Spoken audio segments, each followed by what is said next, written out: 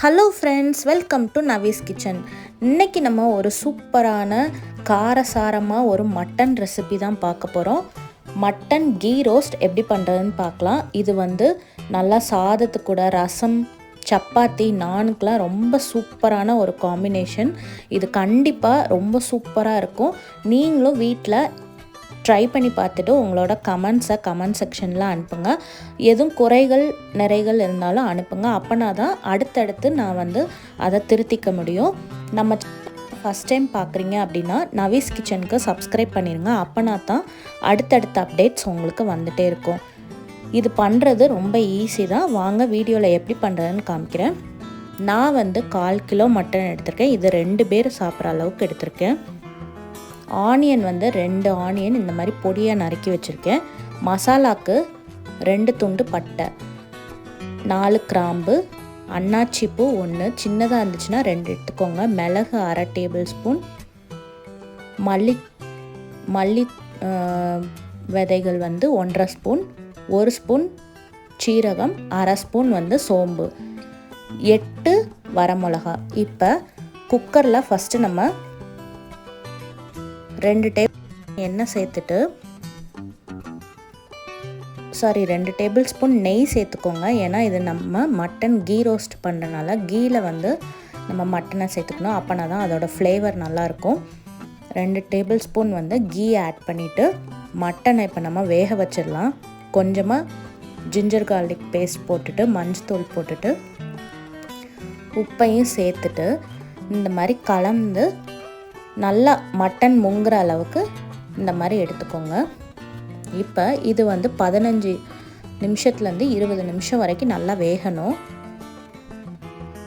குக்கரை மூடி வச்சு நல்லா வேக வச்சு எடுத்துக்கோங்க.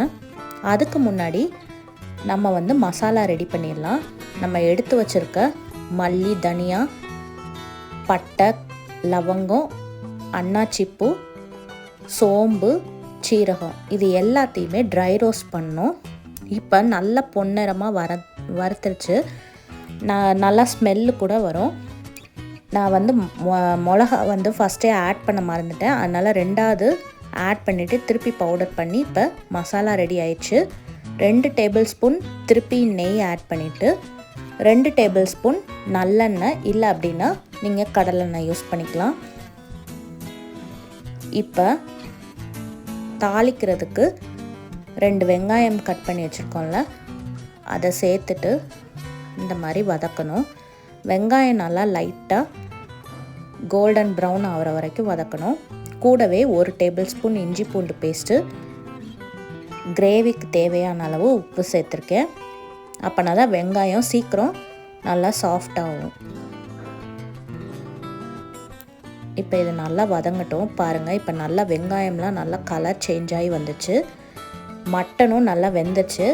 இப்போ மட்டனும் வேக வச்சா அந்த தண்ணியோடு அப்படியே இதில் சேர்த்துக்கோங்க. சேர்த்துட்டு அடுப்பை நல்லா மீடியம் ஃப்ளேம்லேயே வச்சுக்கோங்க. தண்ணிலாம் நல்லா வற்றி வரணும். இப்போ நம்ம கிரைண்ட் பண்ணி பவுடர் பண்ணி வச்சுருக்கோம்ல, அந்த மசாலாவை அப்படியே சேர்த்துருங்க. தண்ணி வற்றினதுக்கப்புறம் சேர்த்துட்டு இந்த மாதிரி நல்லா கலந்து விட்டுருங்க.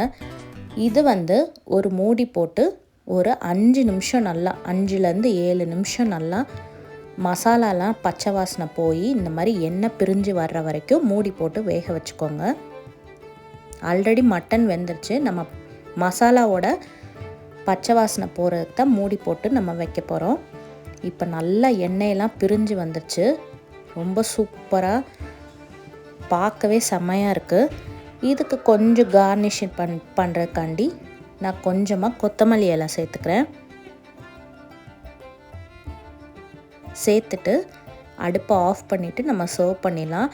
இது சப்பாத்திக்கு, நான்க்கு, ரைஸுக்கெலாம் ரொம்ப சூப்பராக இருக்கும். நல்லா ஸ்பைஸியாக ரொம்ப சூப்பரான ஒரு மட்டன் கீ ரோஸ்ட் ரெடி ஆயிடுச்சு. இதே மாதிரி நீங்களும் கண்டிப்பாக இதை செஞ்சு பார்த்துட்டு எப்படி இருந்ததுன்னு மறக்காமல் கமெண்ட் பண்ணிடுங்க. நம்ம சேனலில் ஃபஸ்ட் டைம் பார்க்குறீங்க அப்படின்னா நவீஸ் கிச்சனுக்கு சப்ஸ்கிரைப் பண்ணிடுங்க. அப்போனா தான் நெக்ஸ்ட்டு எனக்கு அடுத்தடுத்த வீடியோஸ் உங்களுக்கு பார்க்க முடியும். நெக்ஸ்ட் வீடியோவில் ஒரு புது ரெசிபி